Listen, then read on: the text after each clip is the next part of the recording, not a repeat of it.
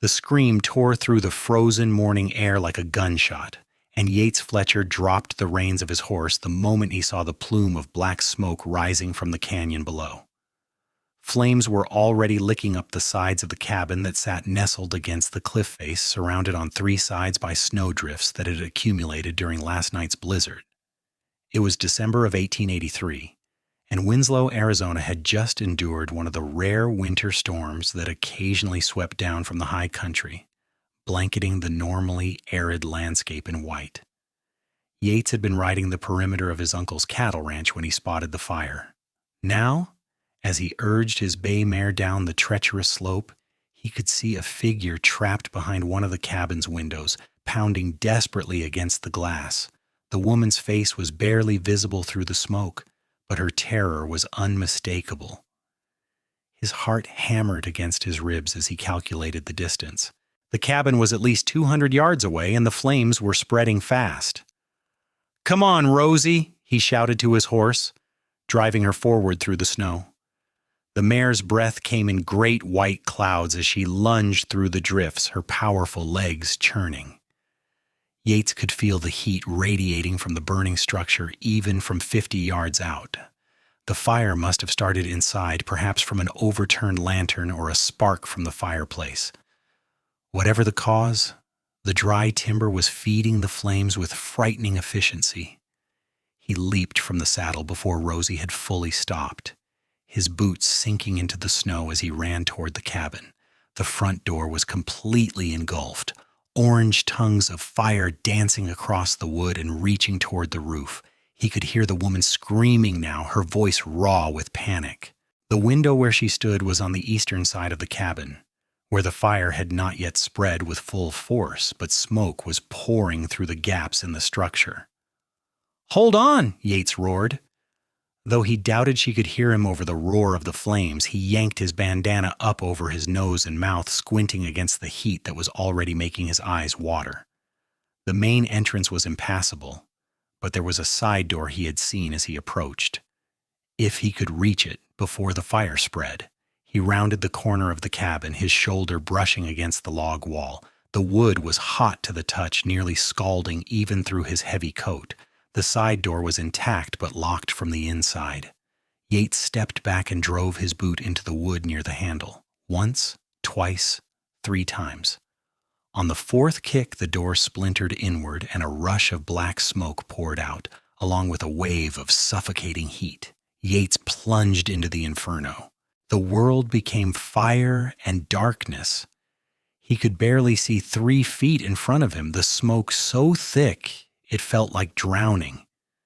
He dropped to his knees, remembering what his father had taught him about smoke rising, and crawled forward across the wooden floor. The heat was unbearable, searing his lungs with every breath despite the bandana.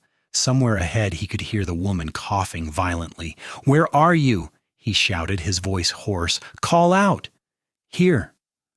The voice came from his left, weak and desperate. "I cannot get the window open." Yates crawled toward the sound, his hands finding the edge of a table, then a chair.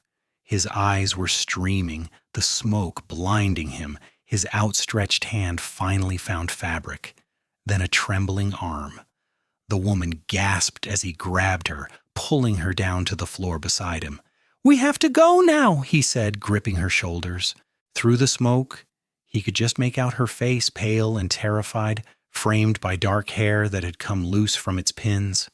Her gray eyes were wide with fear, but she nodded, understanding. "I cannot breathe," she gasped, coughing so hard her whole body shook. "Stay low," Yates commanded. He pulled off his bandana and pressed it into her hands. "Cover your face. We are going back the way I came." Above them, something cracked ominously. Yates looked up to see flames racing across the ceiling beams. They had seconds, not minutes. He grabbed the woman around the waist and half carried, half dragged her toward where he thought the door should be. The smoke was so thick now he could not see anything at all. Could only feel the heat pressing down from above and the hard floor beneath his knees. His shoulder hit the door frame, sending a jolt of pain through his arm. But it was the door, the blessed door. He shoved the woman through ahead of him and then threw himself after her, rolling clear of the cabin just as a tremendous crash sounded behind them. Part of the roof had collapsed, sending up a shower of sparks and embers into the gray winter sky. They lay gasping in the snow, 20 feet from the cabin, as the fire consumed what remained of the structure. Yates gulped in the cold air, his lungs burning, his face and hands black with soot. Beside him, the woman was coughing so hard she could barely catch her breath. He struggled to his knees and helped her sit up, supporting her back as she fought to breathe. "Slow," he said, his own voice ragged. "Slow breaths. You are safe now." She nodded, tears streaming down her face, cutting clean tracks through the soot that covered her cheeks. Her dress was singed in several places, and her hands were raw where she had beaten them against the window. But she was alive. It took several minutes before either of them could stand. Yates helped the woman to her feet, steadying her when she swayed. Rosie had retreated a safe distance from the fire but had not run off. Well-trained mare that she was. The cabin was now fully engulfed, the flames shooting high into the air, the heat so intense that the surrounding snow was melting in a wide circle around the structure. "Can you ride?" Yates asked.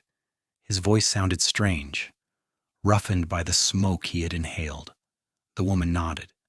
"I think so." She looked back at the burning cabin, her expression stricken.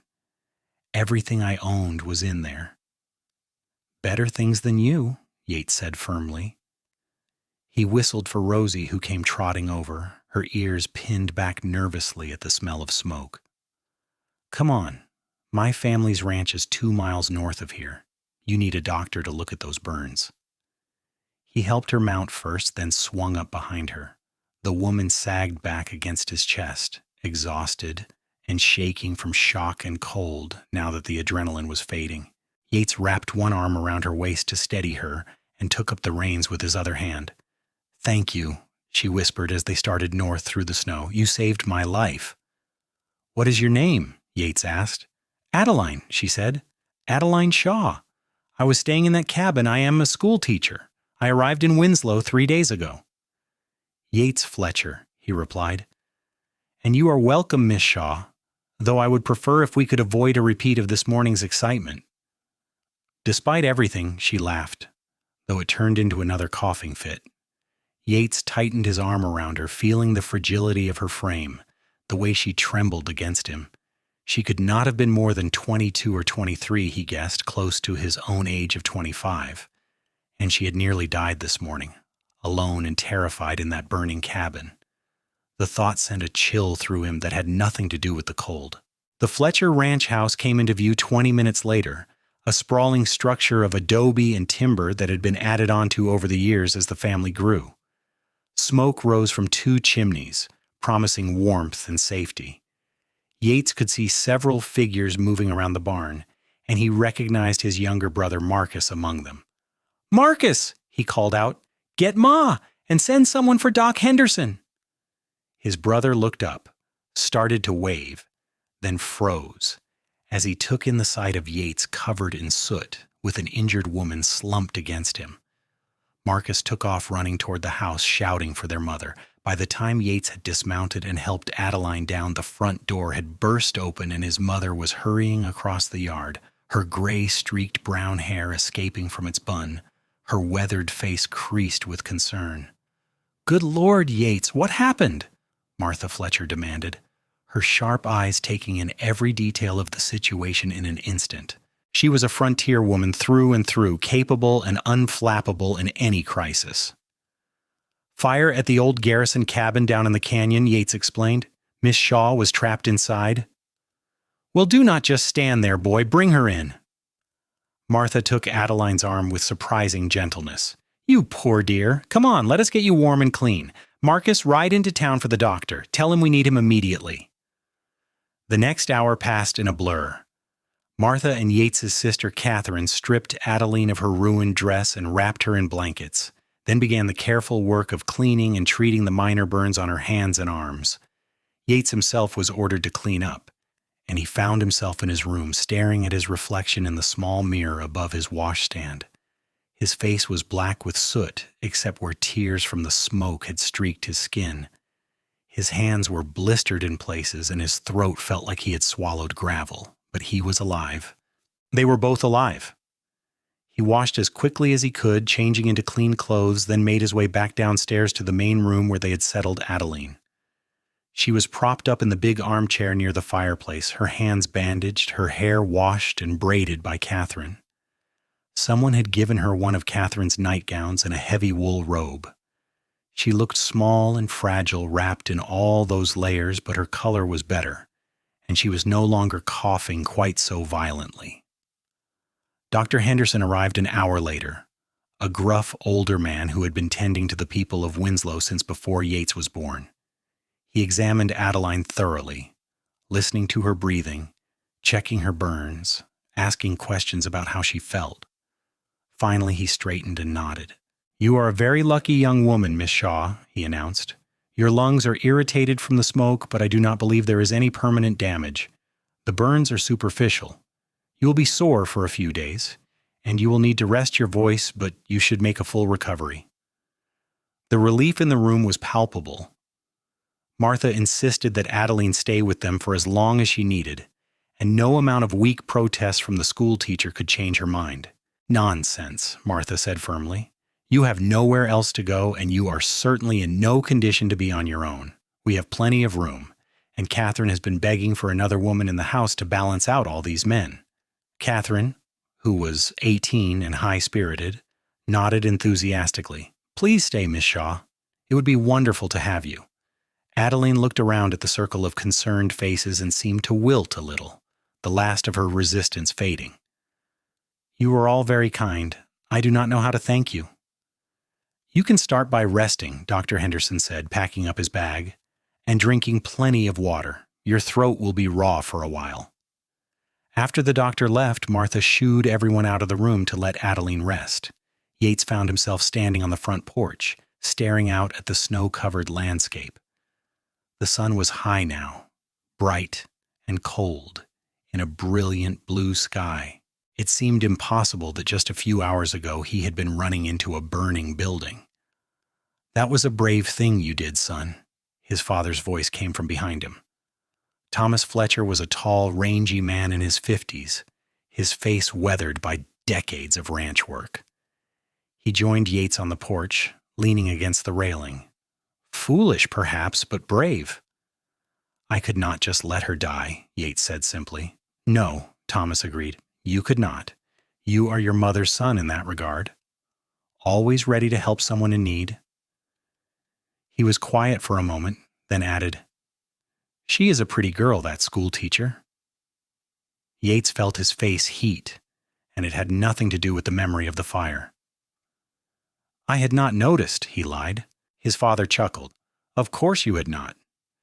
Just like you have not been finding excuses to walk past the front room every 10 minutes since we brought her inside. Pa, I am just saying, son, she'll be here for a while, it seems. You might want to get to know her properly, when she's feeling better, of course." Yates did not reply, but his father's words stayed with him as he went about the rest of his day's work. It was true that he had noticed Adeline Shaw was beautiful. Even covered in soot and terrified, there had been something striking about her, something that had caught in his chest and stayed there. But more than that, he had been impressed by her courage. She had been trapped in a burning building, surely thinking she was about to die, yet she had kept fighting, kept trying to break that window, had not given up. That evening, the family gathered for supper around the long dining table that had been in the Fletcher household for 2 generations. Adeline joined them, moving slowly and still pale, but insisting that she felt well enough to sit at the table rather than taking her meal in bed. "Tell us about yourself, Miss Shaw," Thomas said, as Martha began passing around platters of roasted chicken and vegetables. "How did you come to be in Winslow?" Adeline took a small sip of water before answering, her voice still hoarse. "I am from Boston originally. I attended normal school there and worked as a teacher for 2 years. But I wanted to see more of the country, to have an adventure, I suppose." When I heard that Winslow needed a school teacher, it seemed like an opportunity. That is quite a journey, Martha commented. Boston to Arizona territory. Your family must have been worried. A shadow passed over Adeline's face. I have no family, Mrs. Fletcher. My parents died of scarlet fever when I was 16. I was raised by an aunt after that, but she passed last year. There was no one to worry about me leaving Boston. The table fell silent for a moment, everyone absorbing this information. Yates felt a surge of sympathy for her. To be alone in the world, to have traveled all this way to a strange place, only to nearly die in a fire on her third day here. Well, you have us now, Catherine said firmly, reaching over to squeeze Adeline's arm gently, careful of the bandages. For as long as you want. Adeline smiled, and Yates saw tears glinting in her eyes. You are all too good to me. Speaking of which, Thomas said, what happened this morning? How did the fire start? Adeline's expression clouded. I am not entirely certain. I woke early before dawn. I had banked the fire in the stove the night before, but when I got up, I thought I smelled smoke. I went to check, and the wall behind the stove was already burning. The flames spread so quickly. I tried to get out the front door, but it was blocked by debris from the ceiling that had fallen. I ran to the window, but it was stuck. I could not get it open, and the smoke was getting so thick. She shuddered. If Mr. Fletcher had not come when he did. You do not need to think about that, Yates said quickly. You are safe now. She looked at him, and their eyes met across the table. In the lamplight, her gray eyes were luminous, filled with gratitude and something else he could not quite name. His pulse quickened. I owe you my life, she said softly. Then we are even, he replied, trying to keep his tone light, because you have made my mother and sister happier than I have seen them in months by agreeing to stay with us. Everyone laughed, breaking the tension, and the conversation moved on to other topics. But Yates found his attention returning again and again to Adeline, watching the way the lamplight played across her features, the way she smiled when Catherine told a funny story about the town's eccentric milliner, the way her voice grew stronger as the evening wore on. Over the next few days, Adeline recovered steadily. The cough faded, her burns healed, and color returned to her cheeks. She insisted on making herself useful despite Martha's protests, helping with cooking and mending, entertaining Catherine with stories of Boston, teaching Marcus to cipher better when he complained about his arithmetic homework. And somehow, without quite meaning to, Yates found himself constantly in her presence. He would come in from the morning feeding to find her in the kitchen helping his mother bake bread, flour dusting her nose. He would be mending tack in the barn, and she would appear with Catherine, the two of them bundled against the cold, bringing him coffee. In the evenings, the family would gather in the front room, and Yates would look up from the accounts he was reviewing to find Adeline watching him, a slight smile on her lips. They began to talk, at first in the presence of others and then gradually alone. He learned that she loved to read, that she had wanted to be a teacher since she was a child, that she missed the ocean but loved the wide open spaces of the West. She learned that he had never wanted to be anything but a rancher, that he had traveled as far as Denver once and found city life suffocating, that his favorite time of day was dawn, when the world was quiet and full of possibility. A week after the fire, Yates rode into Winslow to speak with the town council about Adeline's position as school teacher. The fire had destroyed not only her lodgings but also the books and supplies she had brought with her. The council, led by Mayor Joseph Warren, was apologetic but firm. They wanted to help, but the town's budget was limited. They could offer her the teaching position and a modest salary, but she would need to find her own lodging and replace her materials as best she could. When Yates returned to the ranch and relayed this information, Adeline took it with quiet dignity. I understand. I have saved some money. I can rent a room in town and begin teaching after the new year. The children should not have to wait longer because of my misfortune. Or, Martha said, looking at her husband significantly, you could continue staying here and ride into town each day for school. It is only 2 miles, an easy ride. You could use one of our horses. Adeline blinked in surprise. I could not impose on you for so long, Mrs. Fletcher. It is not an imposition if we are offering, Thomas said. In fact, it is good sense. Room and board in town would eat up most of your salary, and you would be alone. Here you have company and home-cooked meals. Seems like a better arrangement all around. I could teach you to ride properly, Catherine added eagerly. I am an excellent instructor. Adeline looked around at all of them, her expression caught between hope and uncertainty. Her gaze finally settled on Yates, questioning. I think you should stay, he said, his voice coming out rougher than he intended. I would like it if you stayed. Something shifted in her expression, softening. Then I will stay.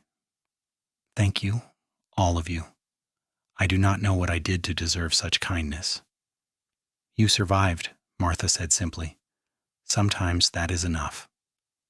Christmas came, and with it more snow and bitter cold. The Fletcher family celebrated as they always did, with a tree decorated with strings of berries and paper ornaments, with a feast of roasted goose and Martha's famous plum pudding. They exchanged modest gifts, and Yates was surprised when Adeline shyly presented him with a pair of leather gloves she had sewn herself using scraps from the tack room and thread begged from Catherine. Your old gloves are falling apart, she explained when he stared at them in wonder. I noticed when you were working with the horses. These are not much, but they are perfect, he said honestly. The stitching was neat and careful, the leather supple. She had made them for him with her own hands, still healing from burns. Thank you, Adeline. He had gotten her a book, a collection of poetry by Longfellow that he had ordered from the general store weeks ago, before he had fully admitted to himself why he was ordering it. When she unwrapped it, her face lit up with such joy that his heart seemed to squeeze in his chest. Oh, Yates, she breathed, running her fingers reverently over the embossed cover. This is wonderful. I love Longfellow. How did you know? You mentioned him once, he said, feeling his face heat. A few weeks ago, when you were telling Catherine about your favorite poets. She looked up at him, her gray eyes shining. You remembered. I remember everything you say, he admitted, before he could stop himself. The room had gone very quiet. Yates became aware that his entire family was watching them with varying degrees of interest and amusement. His mother was barely suppressing a smile. Well, Thomas said loudly, breaking the moment, I believe it is time for more cider. Marcus, go fetch another jug from the cellar. That night, Yates lay awake in his room, staring at the ceiling. He could no longer deny what was happening to him. He was falling in love with Adeline Shaw, perhaps had already fallen. Every day he looked forward to seeing her, to hearing her laugh, to the conversations they shared. She was intelligent and kind, brave and beautiful. She had fit into his family as though she had always been meant to be there. But what could he offer her? He was a rancher's son, his whole life tied to this land and this work. She was an educated woman from Boston, a school teacher who had wanted adventure. Would she truly want to stay here, in this harsh country, with him? The question tormented him through the long winter night. The new year arrived, and with it, the beginning of Adeline's teaching duties. The Winslow schoolhouse was a small building on the edge of town, one room with a wood stove and 15 students ranging in age from 6 to 14. Yates drove her into town in the buckboard that first morning, helping her carry the books and slates that the town had provided. Are you nervous?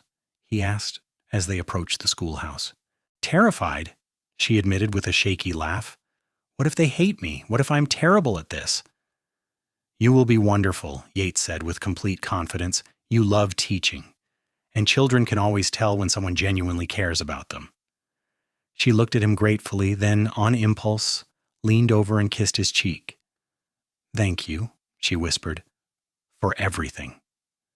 Before Yates could respond, she had gathered her skirts and climbed down from the buckboard, hurrying toward the schoolhouse where curious young faces were already peering out the windows. Yates sat frozen, his hand halfway raised to his cheek, where he could still feel the warmth of her lips. He was definitely in love with her. Over the following weeks, a routine established itself. Yates would drive Adeline to school each morning, then return to the ranch to handle his work. In the afternoon, he would go back to town to collect her, and they would drive home together talking about her day, about the students' progress, about their hopes and dreams. It was during one of these drives in late January that everything changed. They were halfway between town and the ranch when Yates pulled the buckboard to a stop. Adeline looked at him in confusion. "Is something wrong?" she asked. "No," Yates said. "Yes, I do not know."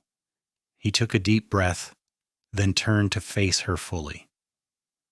"Adeline, I need to tell you something." She waited, her expression patient, but her eyes showing a flicker of apprehension. "I have been trying to figure out how to say this for weeks now," Yates continued. His heart was hammering so hard he was sure she could hear it.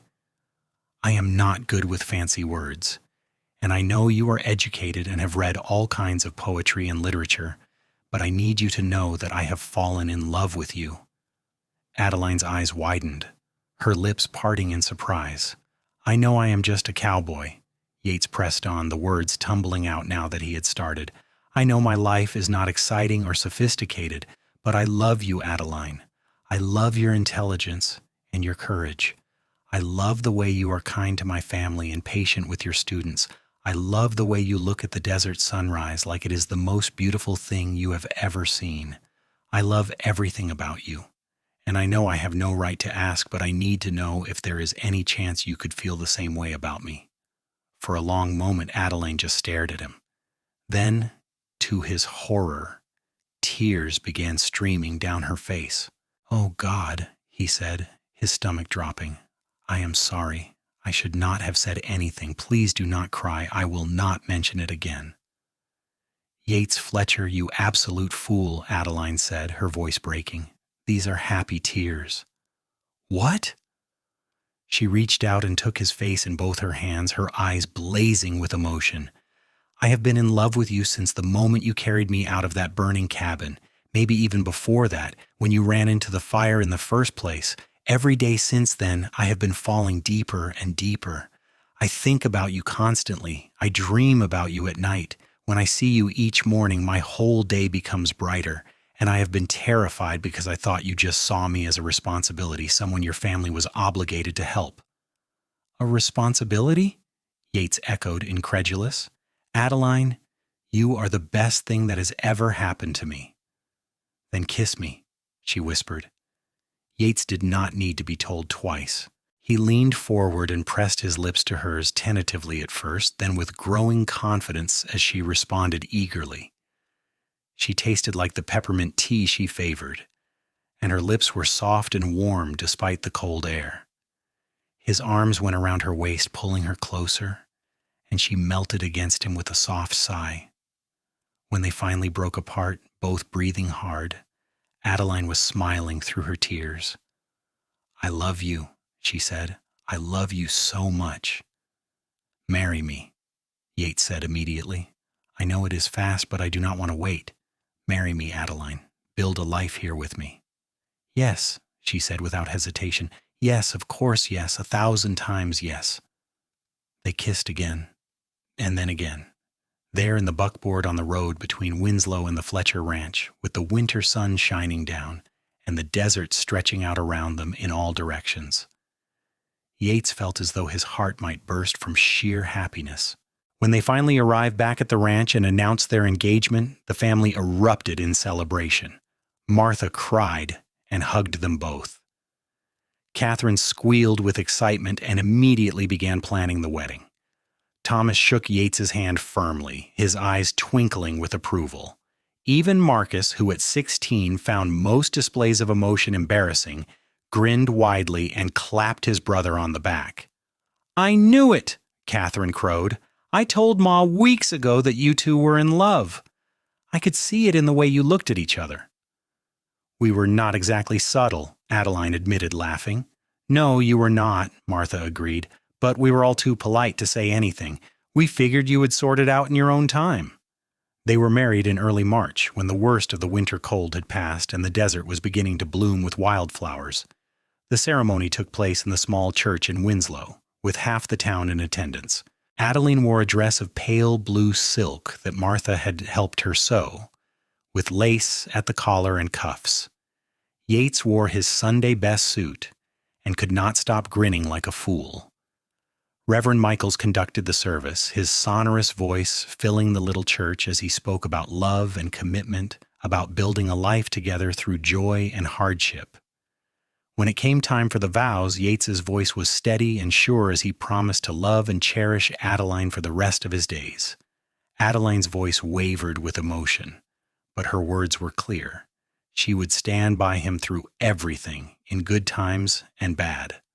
"I now pronounce you man and wife," Reverend Michaels declared. "Yates, you may kiss your bride." Yates did not need to be told twice. He swept Adeline into his arms and kissed her thoroughly, to the cheers and applause of the congregation. When they finally broke apart, both of them were grinning. The reception was held at the ranch, with long tables set up in the yard and food enough to feed an army. There was fiddle music and dancing, toasts and laughter. Yates danced with his new wife under the stars, holding her close, marveling at the fact that she was really his, that this incredible woman had agreed to share her life with him. "Happy?" he murmured against her ear as they swayed to the music. "Happier than I ever imagined possible," Adeline replied. "I came to Arizona looking for adventure, and I found so much more. I found a home. I found a family. I found you." "I still cannot believe you said yes," Yates admitted. "A school teacher from Boston and a cowboy from Arizona. We must seem like an unlikely pair." Adeline pulled back to look at him, her expression serious. "We are exactly right together. Do you know what I see when I look at you? I see a man who ran into a burning building to save a complete stranger. I see a man who is kind to his family, who works hard, who keeps his promises. I see the man I want to spend the rest of my life with. Nothing unlikely about it." Yates kissed her again, slow and sweet, pouring all his love into it. "I will spend every day of our marriage trying to be worthy of you," he promised. "You already are," she said simply. Thomas and Martha gifted them 50 acres on the eastern edge of the Fletcher ranch as a wedding present, along with 20 head of cattle to start their own herd. Yates and his father, along with Marcus and several hired hands, spent the next 3 months building a house on the property. It was a modest structure, 3 rooms with a wide porch, but it was theirs. Adeline continued teaching through the spring, and in the evening she and Yates would ride out to their land to watch the progress on the house. They would sit on the foundation, planning where the furniture would go, talking about their future. "How many children do you want?" Adeline asked one evening as the sun set in a blaze of orange and gold. Yates considered. 4, maybe 5. A house full. What about you?" "I always wanted a large family," Adeline admitted. "Growing up as an only child was lonely, especially after my parents died. I want our children to have siblings, to always have each other." "Then we will have as many as God grants us," Yates said, pulling her close, "and we will love every single one of them." They moved into their new house in June, and Yates carried Adeline over the threshold while she laughed and protested that he would hurt his back. The house smelled of fresh pine and linseed oil, the floors were smooth and new, and every window framed a view of the sweeping desert landscape. That first night in their own home, lying in their own bed with Adeline curled against his side, Yates felt a sense of contentment so profound it brought tears to his eyes. 6 months ago, he had been a bachelor cowboy with a quiet life and no particular prospects beyond helping his father run the ranch. Now he was a husband, a landowner, building a future with the woman he loved more than life itself. "What are you thinking about?" Adeline asked sleepily, her fingers tracing lazy patterns on his chest. "How lucky I am," Yates replied. "How grateful." "I am the lucky one," Adeline countered. "You saved my life, Yates. And then you gave me a reason to live it to the fullest." Adeline continued teaching through the summer, though she gave up the position in September when she discovered she was pregnant. The news sent both their families into paroxysms of joy. Martha immediately began knitting tiny clothes, and Thomas started work on a cradle. The pregnancy was not easy. Adeline suffered from terrible sickness in the early months, and Yates would hold her hair back as she retched then carry her back to bed and stroke her forehead until she fell asleep. He had never felt so helpless, watching her suffer and being unable to do anything to ease it. "I am sorry," Adeline whispered, one particularly bad morning. "This is not how I wanted our first months of marriage to be." "Do not apologize," Yates said firmly. "You are growing our child. That is the most important work in the world. I am honored to help in any way I can." By the time winter arrived again, a full year since the fire that had brought them together, Adeline was large and uncomfortable but glowing with health. She spent her days at the ranch house, often in the company of Martha and Catherine, sewing baby clothes and preparing for the arrival. The baby came in early February of 1885 during another rare snowstorm. Yates paced the front room of his parents' house while his mother and the midwife attended to Adeline in the bedroom. Every cry from his wife made him flinch, and he nearly wore a hole in the floor with his frantic walking. "Sit down before you collapse," Thomas advised, but Yates could not. Could not sit, could not be still, not while Adeline was in pain. It seemed to take forever. But finally, as dawn was breaking, he heard the most beautiful sound in the world, a baby's cry, sharp and indignant, declaring its arrival to the world. The bedroom door opened and Martha appeared, tears streaming down her face. "You have a son," she said, "a healthy baby boy, and Adeline is fine, tired, but fine." Yates nearly collapsed with relief. "Can I see them?"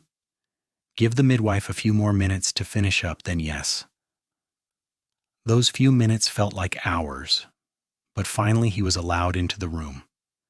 Adeline was propped up against pillows, her hair damp with sweat, her face pale but radiant, and in her arms, wrapped in a blanket Martha had knitted, was a tiny red-faced baby with a shock of dark hair. "Meet your son," Adeline said softly, her eyes shining. Yates approached slowly, almost reverently. He sat on the edge of the bed and looked down at the baby, feeling his heart crack open with love so fierce it hurt. "He is perfect," he whispered, "absolutely perfect." "He looks like you," Adeline said. "Same nose, same chin." "Poor boy," Yates joked weakly, unable to take his eyes off his son, "saddled with my looks." "I happen to love your looks," Adeline replied. She held the baby out. "Do you want to hold him?" Yates's hands shook as he took his son, terrified of dropping him or holding him wrong, but the moment the baby was in his arms, something settled in his chest. This was his child, his and Adeline's, a whole new person, depending on them for everything. "Hello, little one," Yates said softly. "I am your papa, and I promise you, I am going to do everything in my power to give you a good life." They named him Thomas Joseph, after both his grandfathers. Little Tommy, as he quickly became known, was a healthy, hungry baby who seemed determined to make his presence known at all hours of the day and night. Those first few months were exhausting, a blur of feedings and diaper changes and precious little sleep. But Yates had never been happier. He would wake in the night to find Adeline nursing Tommy by lamplight, humming softly, and his heart would overflow with love for both of them. He would carry his son around the house, showing him the view from each window, telling him about the ranch he would grow up on. "You are going to love it here," Yates told Tommy one morning as he held him on the porch, watching the sunrise. "Wide open spaces, good horses, honest work. Your mama and I are going to teach you everything we know." As if in response, Tommy grabbed his father's finger and held on tight. Life settled into a new rhythm. The ranch prospered, their herd growing steadily. Yates proved to have a good head for business, and under his management, their operation expanded. He hired 2 permanent hands and began improving the grazing land, digging irrigation channels and reinforcing fences. Adeline thrived as a mother, though she sometimes missed teaching. On days when Yates could see the wistfulness in her eyes, he would encourage her to read to Tommy from her collection of books to teach him his letters and numbers as soon as he was old enough. "You can still be a teacher," he told her, "just a different kind." Tommy grew into a bright, curious toddler with his father's dark hair and his mother's gray eyes. He loved the ranch animals, especially the horses, and would squeal with delight whenever Yates put him on a pony's back. When Tommy was 2, Adeline became pregnant again. This time the pregnancy was easier, and their second son, James Marcus, was born in the spring of 1887. Jamie, as they called him, was different from Tommy, quieter and more contemplative, with Yates's coloring but Adeline's delicate features. 2 years after that came their daughter, Elizabeth Martha, with copper-colored hair that seemed to come from nowhere and a sunny disposition that won everyone's hearts. And then 3 years later, their youngest, Sarah Catherine, who was fierce and independent from the day she was born. The house that had once seemed so spacious now rang with the sounds of children, and Yates and Adeline had to add on 2 more rooms. The ranch continued to prosper, becoming one of the most successful operations in the territory. Thomas Fletcher passed away peacefully in his sleep in 1891, and Yates felt the loss keenly, but he took comfort in knowing that his father had lived to see his grandchildren, had gotten to teach Tommy how to rope and ride, had spent his final years surrounded by the family he loved. Martha moved in with Yates and Adeline after Thomas died, unwilling to stay alone at the main ranch house. Catherine had married a merchant from Flagstaff and moved away, and Marcus had taken over management of the main Fletcher ranch. Having Martha in their home was a blessing. She helped with the children, taught the girls how to cook and sew, and told them all stories of the old days when Arizona was still wild and unsettled. Through all of it, through the busy years of child rearing and ranch building, through the joys and sorrows and everyday moments, Yates and Adeline's love never faltered. If anything, it grew deeper, enriched by the life they had built together. They would steal moments alone when they could, meeting on the porch after the children were in bed, sitting close together and watching the stars. Sometimes they would ride out to the place where the cabin had burned, now long since cleared away and reclaimed by the desert. They would stand there hand in hand, remembering that terrible, wonderful day that had brought them together. "Do you ever think about what would have happened if you had not come along when you did?" Adeline asked once. "No," Yates said firmly, "because you did not die.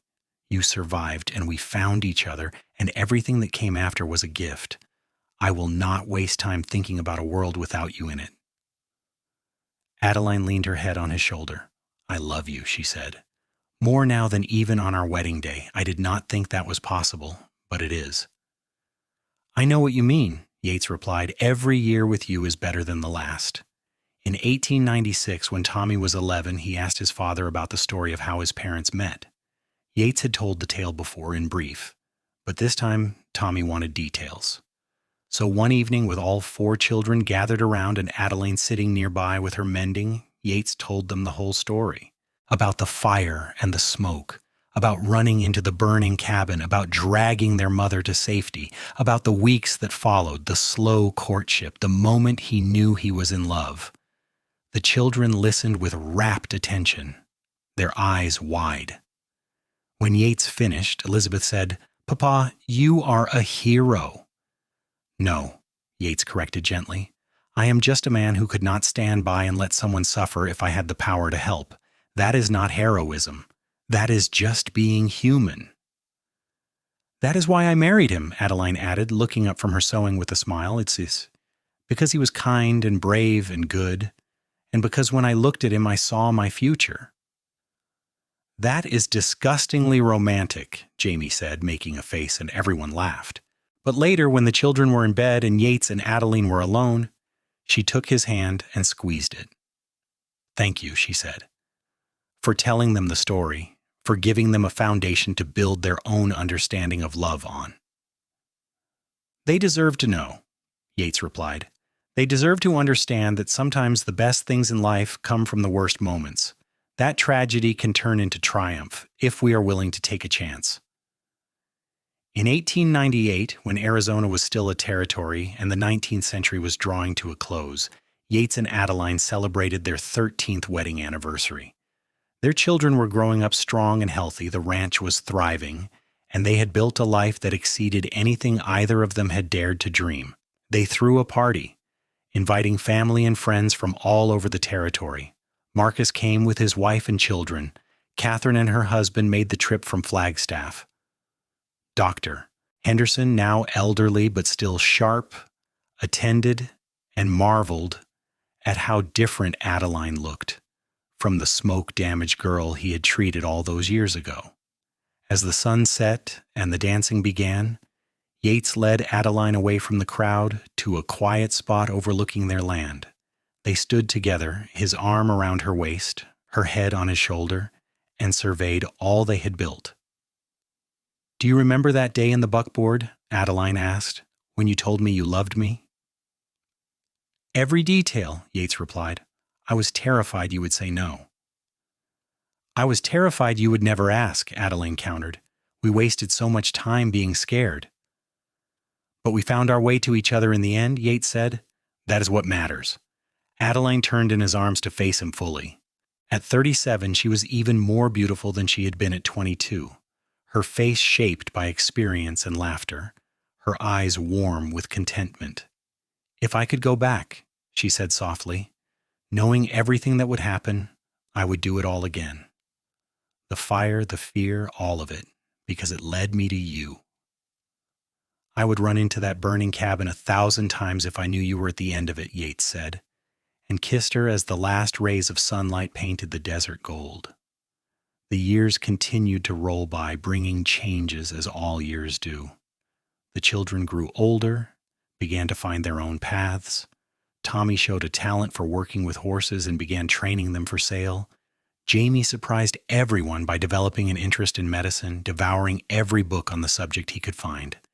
Elizabeth inherited her mother's love of teaching and began helping younger children in the area learn their letters. And Sarah, fierce Sarah, declared at the age of 9 that she was going to run a ranch twice the size of her father's someday. Martha passed away peacefully in 1902, surrounded by her family. She had lived to see all 4 of her great-grandchildren thriving, had seen the ranch become a true success, had witnessed the deep love between Yates and Adeline mature and strengthen. Her funeral was attended by seemingly everyone in Winslow, a testament to the impact she had made on the community. Yates grieved deeply for his mother, but he took comfort in knowing she had lived a full, happy life that she had never wanted for love or family. In 1904, Tommy married a local girl named Rebecca Grant, and Yates watched his son take his wedding vows with a sense of pride and bittersweet nostalgia. Had he really been that young when he married Adeline? It seemed impossible, yet here they were, watching their own son start a family. "We are getting old," he murmured to Adeline as they danced at the reception. "Speak for yourself," she retorted, but she was smiling. "I think we are aging rather well." "That is because I have you to keep me young," Yates said, spinning her in a slow circle. They were in their early 40s now, their children nearly grown, and their life together still rich and full. They had weathered droughts and harsh winters, dealt with cattle thieves and market downturns, celebrated births and mourned deaths. Through it all, they had held fast to each other. Jamie left for medical school in California in 1906, the first member of the family to seek higher education. It was hard to let him go, but Yates and Adeline were proud of his ambition, his desire to help people. "He gets that from you," Adeline told Yates the day they saw Jamie off at the train station. "That drive to save people, to make things better." "He gets his intelligence from you," Yates countered. "I could never have managed school like that." "You are smarter than you give yourself credit for," Adeline said firmly. "You built a life, Yates. You built a family and a business from almost nothing. That takes intelligence and courage and vision." In 1908, Elizabeth announced that she wanted to attend normal school and become a teacher, like her mother had been. Adeline cried when she heard, overwhelmed with pride and nostalgia. "I will tell her what you told me," Yates said, holding his wife as she wept happy tears, that she can do anything she sets her mind to, that she is strong enough to handle whatever challenges come her way. Sarah, true to her word, showed no interest in leaving the ranch. She could rope and ride as well as any of the hired hands, and she had a head for business that rivaled her father's. Yates began teaching her everything he knew about running the operation, and she absorbed it all like a sponge. The year's 1910 arrived, and with it came the realization that Yates and Adeline had been married for nearly 25 years, a quarter of a century together, and Yates still felt his heart skip a beat when Adeline walked into a room. They decided to celebrate their 25th anniversary quietly, just the two of them. Tommy and Rebecca were managing the ranch for a few days. The younger children were old enough to look after themselves, and so Yates and Adeline rode out to the place where it had all begun. The canyon where the cabin had burned was peaceful now, the scars of the fire long since healed by time and weather. They spread a blanket on the ground and sat together, sharing a simple meal and watching the play of light and shadow across the landscape. 25 years, Adeline marveled. Sometimes it feels like yesterday that you pulled me out of that fire. Sometimes it feels like a lifetime ago. Both, Yates said. It is both. Do you have any regrets? Adeline asked. Yates considered the question carefully. No, he said finally. Not a single one. Oh, there are things I might have done differently, choices I might have made better, but regrets? No. Because every choice, every decision led me here, to this moment, with you. Adeline leaned against him, her head on his shoulder, and they sat in comfortable silence as the sun began to set. They had weathered so much together, had built something lasting and true. Their children were thriving, their ranch was successful, and most importantly, they still loved each other with the same fierce devotion they had felt from the beginning. I would do it all again, Adeline said softly, echoing her words from years ago, every moment. So would I, Yates agreed, every single moment. As twilight fell over the Arizona desert, painting the sky in shades of purple and gold, Yates Fletcher held his wife close and gave thanks for the day that had changed everything, the day he had run into a burning cabin and found his future, the day Adeline Shaw had come into his life and made him whole. Their love story had begun with fire and fear, with courage and determination. It had grown through challenges and triumphs, through the everyday moments that make up a life. And it would continue, Yates knew, for as long as they both drew breath. Because some loves are forged in flames and emerge stronger than steel. Some loves are tested by time and found to be unbreakable. And some loves, the very best loves, are worth running through fire for. Theirs was all three.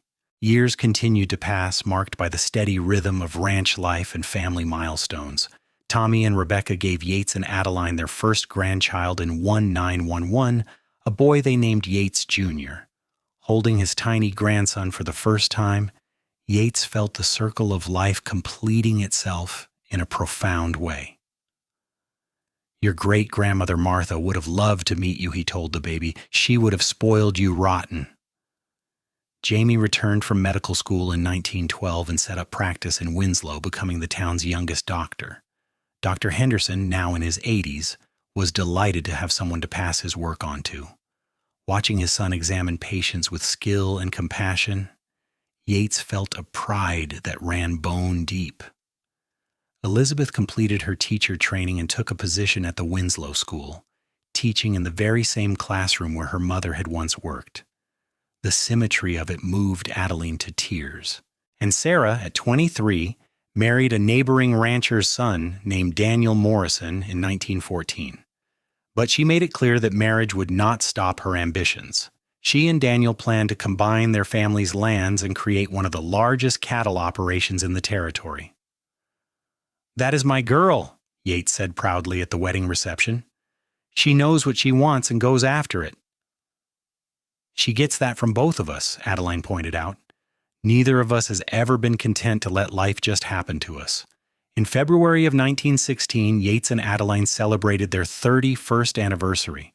They were in their early 50s now, their hair going gray, their bodies showing the wear of decades of hard work, but the spark between them had never dimmed.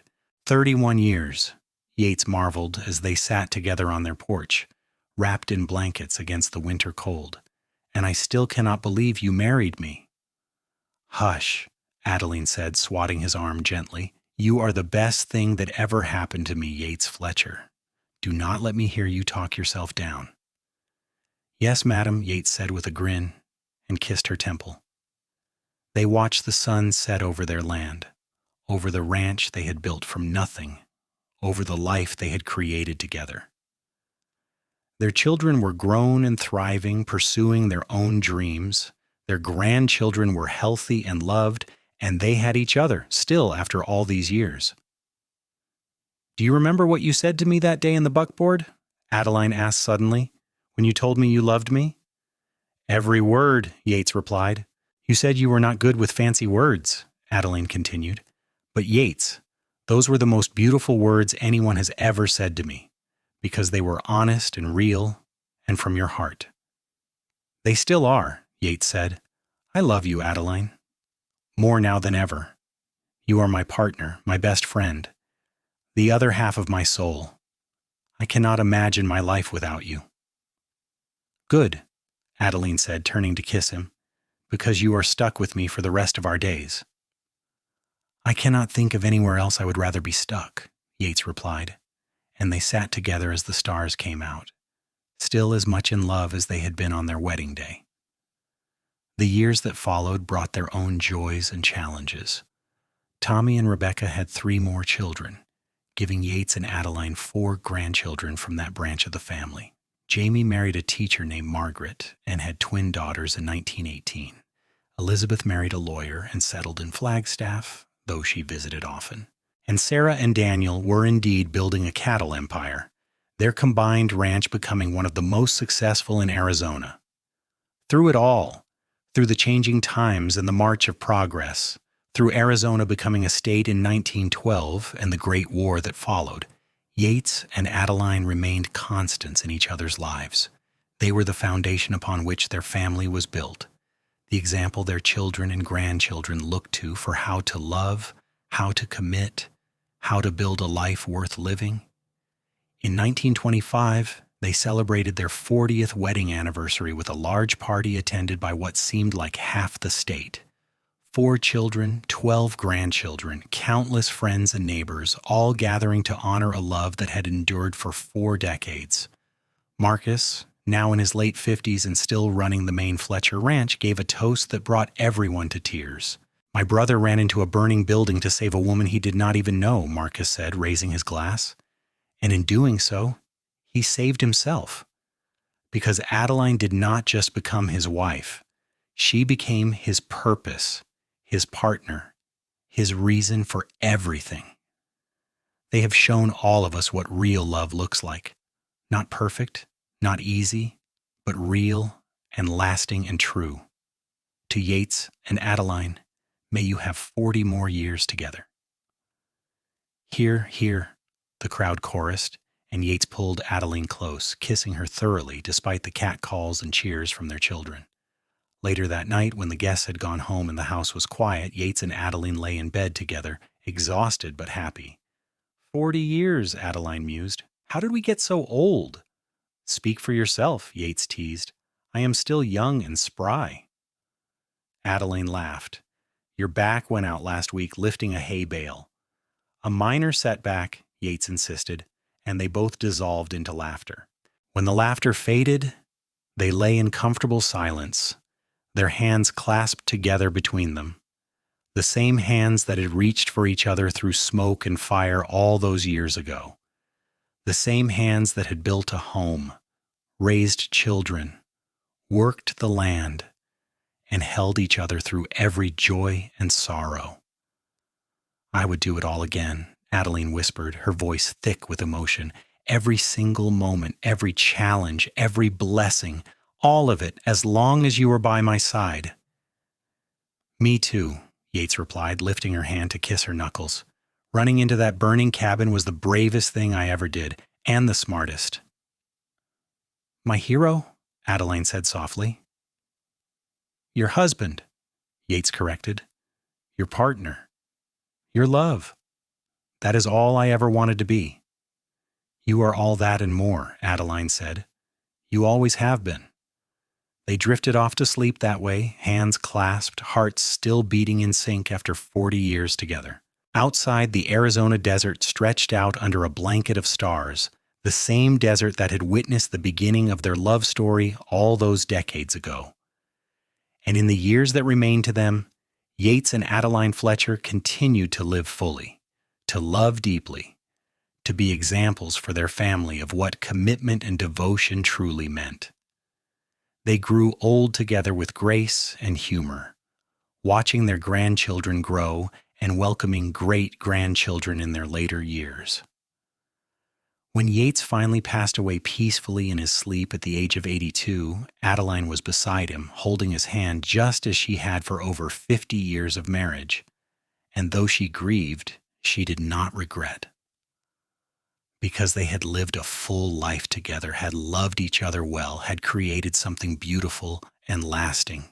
She followed him 4 years later, surrounded by children and grandchildren and great-grandchildren, all of them evidence of the love that had started in fire and smoke and fear and had grown into something stronger than steel, deeper than the desert, and more enduring than the mountains themselves.